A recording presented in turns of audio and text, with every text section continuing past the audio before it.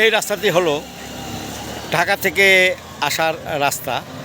আপনারা main road থেকে auto বা সিএনজি দিয়ে এই পানাম সিটিতে এখানে আসতে পারবেন। এখানে একেবারে এই গেট দিয়ে আমি ঢুকবো পানাম সিটি। এই গেটটি দেখতে পাচ্ছেন এখন লাগানো, তারপর একটি পকেট গেট এখানে আছে, সেটা দিয়ে আমি ঢুকবো, তারপরে টিকিট কাটবো।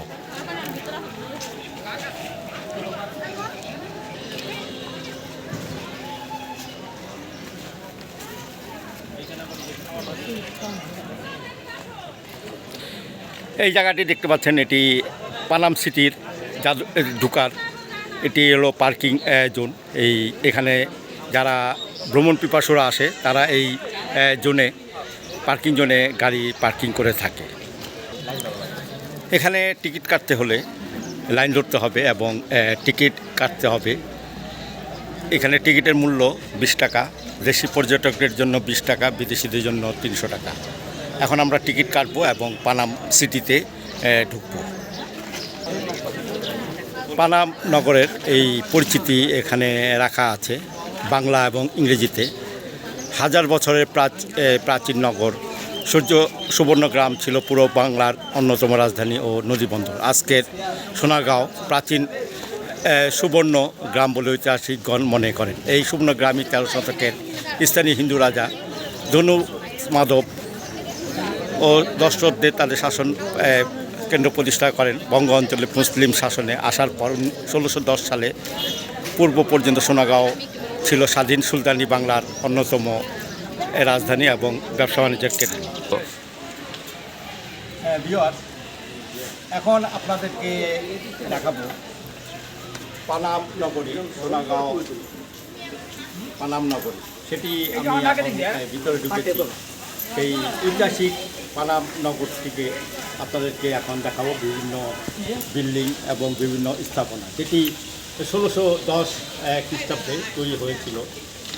আর এটি ছিল বাংলার মানে ঢাকার একটি রাজধানী বলা চলে। আর এই রাজধানীটি পানাম নগরেই প্রতিষ্ঠিত হয়েছিল এবং আমার পিছনে আছে সেই স্থাপনাগুলো এবং বিভিন্ন বিল্ডিংগুলো। সেই বিল্ডিংগুলো এখনও থরে থরে সাজানো আছে, সেটি আপনাদেরকে এখন আমি দেখাবো। চলুন আমার সাথে সেই বিল্ডিংগুলো দেখি।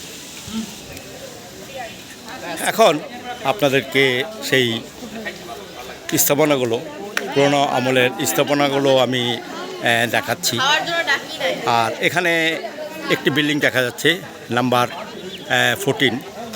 প্রত্যেকটি বিল্ডিংয়েরই নাম্বার দেওয়া আছে উপর থেকে নিচ পর্যন্ত। এটি দোতলা একটি বিল্ডিং। আর এটি একটি এখন দর্শনীয় স্থানীয় বলা চলে। প্রত্যেকটা বিল্ডিংয়ের গায়ে এখন এই নাম্বার দেওয়া আছে। এখানে মোট আমার মনে হয় আমি 40 নাম্বার দেখেছি, আরও পিছনে আরও আছে। আর এটি একটি ঐতিহাসিক কেন্দ্র।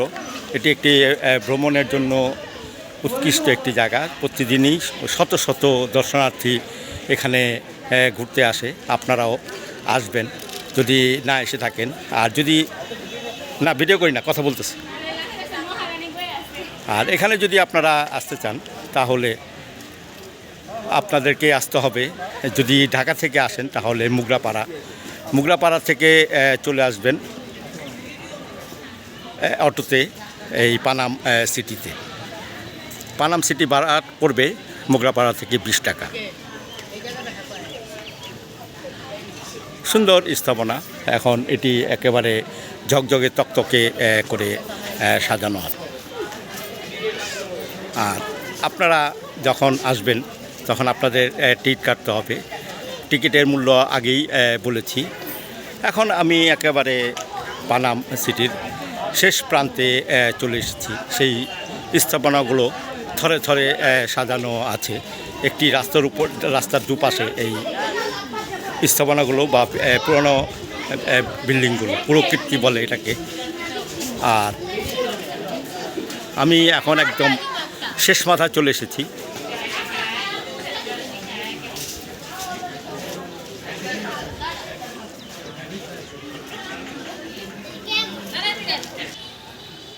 এটি পানাম সিটির পিছনের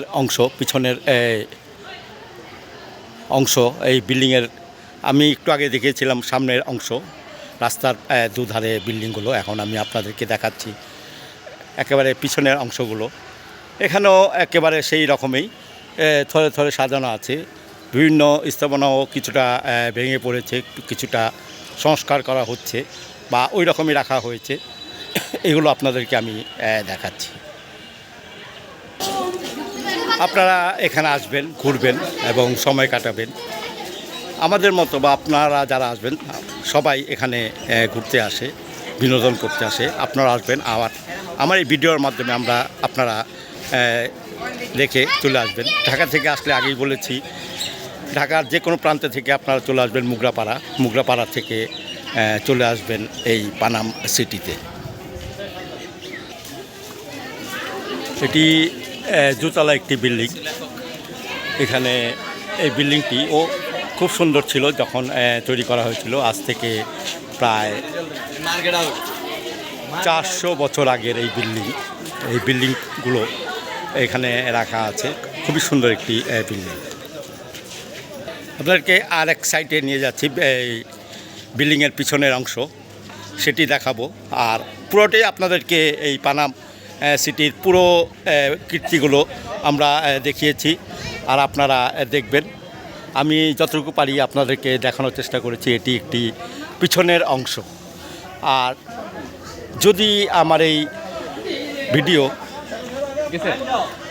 ভালো লেগে থাকে তাহলে এই পানাম সিটির সোনাগাঁও জাদুঘরে পানাম সিটির এই জায়গাটি আপনাদেরকে সমস্ত ভবনগুলো আমি দেখিয়েছি। একেবারে সামনের অংশ বা পিছনের অংশ সম্পূর্ণই আপনাদেরকে দেখাবো। আর কীভাবে ঢুকতে হবে, কোথায় আসতে হবে, সবই আপনাদেরকে বলেছি। তারপরে যদি কোনো প্রশ্ন থাকে তাহলে আপনারা লাইক করবেন। আর যদি আমার এই ভিডিও ভালো লেগে থাকে তাহলে অবশ্যই আমার এই চ্যানেলটিকে এমডি জুবলুল হায়দার ছোটো অক্ষরে এই চ্যানেলটিকে দয়া করে সাবস্ক্রাইব করবেন। আর আপনাদের ভিডিও যদি ভালো লেগে থাকে তাহলে আমি আরও অনুপ্রেরণা পাবো এবং নতুন নতুন ভিডিও আপনাদেরকে উপহার দিতে চেষ্টা করব।